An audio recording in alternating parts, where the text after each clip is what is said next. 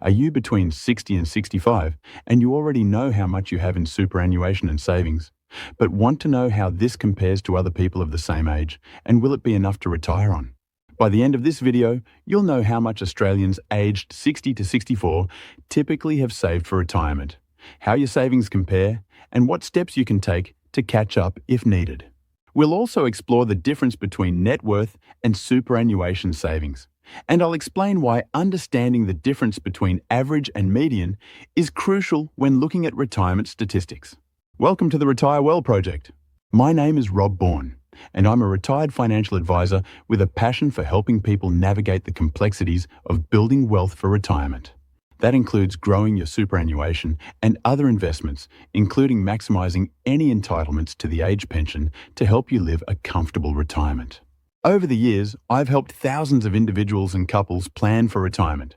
And one of the most common questions I've been asked is, how much do I need for retirement? If you feel unprepared for retirement, you're not alone.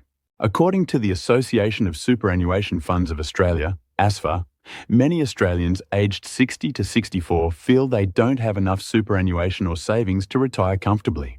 The latest figures from the Australian Bureau of Statistics show the average net worth for Australians aged 60 to 64 is approximately $1.46 million per household.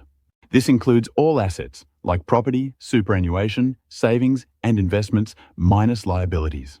When it comes to superannuation savings, the numbers are significantly lower.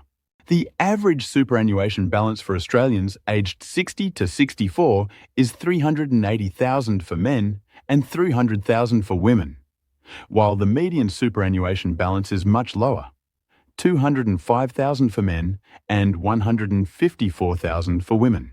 This gap between net worth and superannuation savings highlights that many Australians hold a significant portion of their overall wealth in property being their own home, while a smaller number also hold property investments.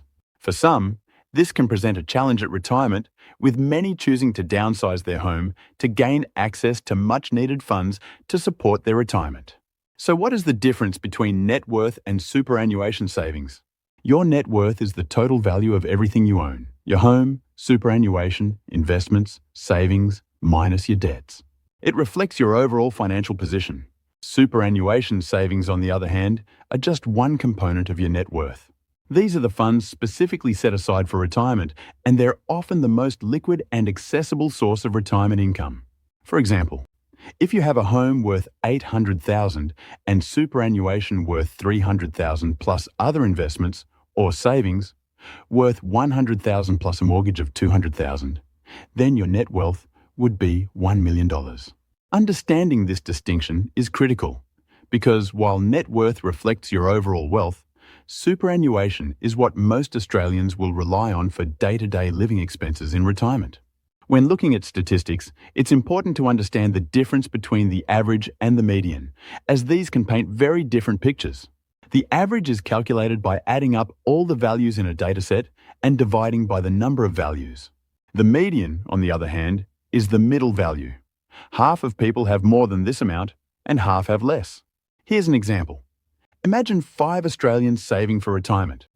One has $20,000 in super. Another has $100,000.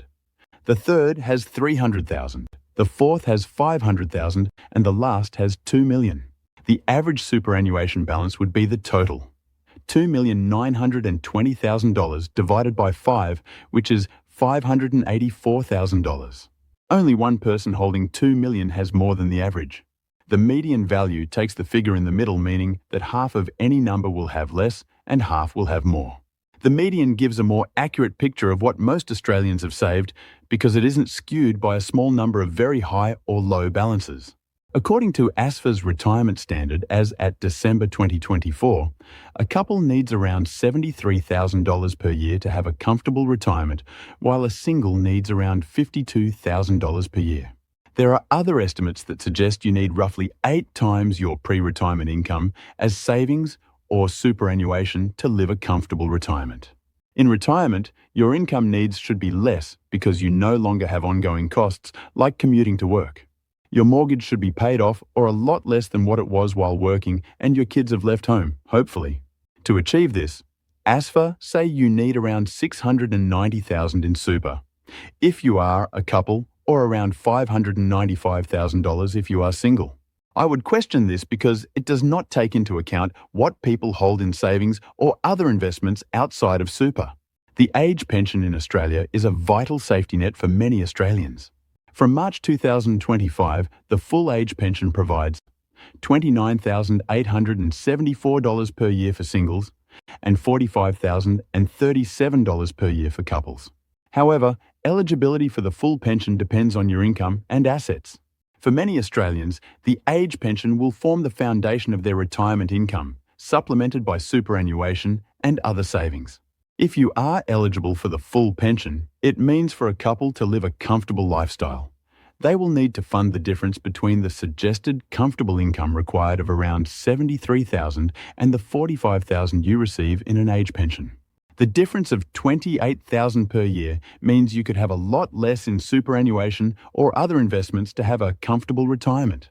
A reasonably conservative return on your investments of 7% would require a super balance of around $400,000 and not the $690,000 that ASFA suggests.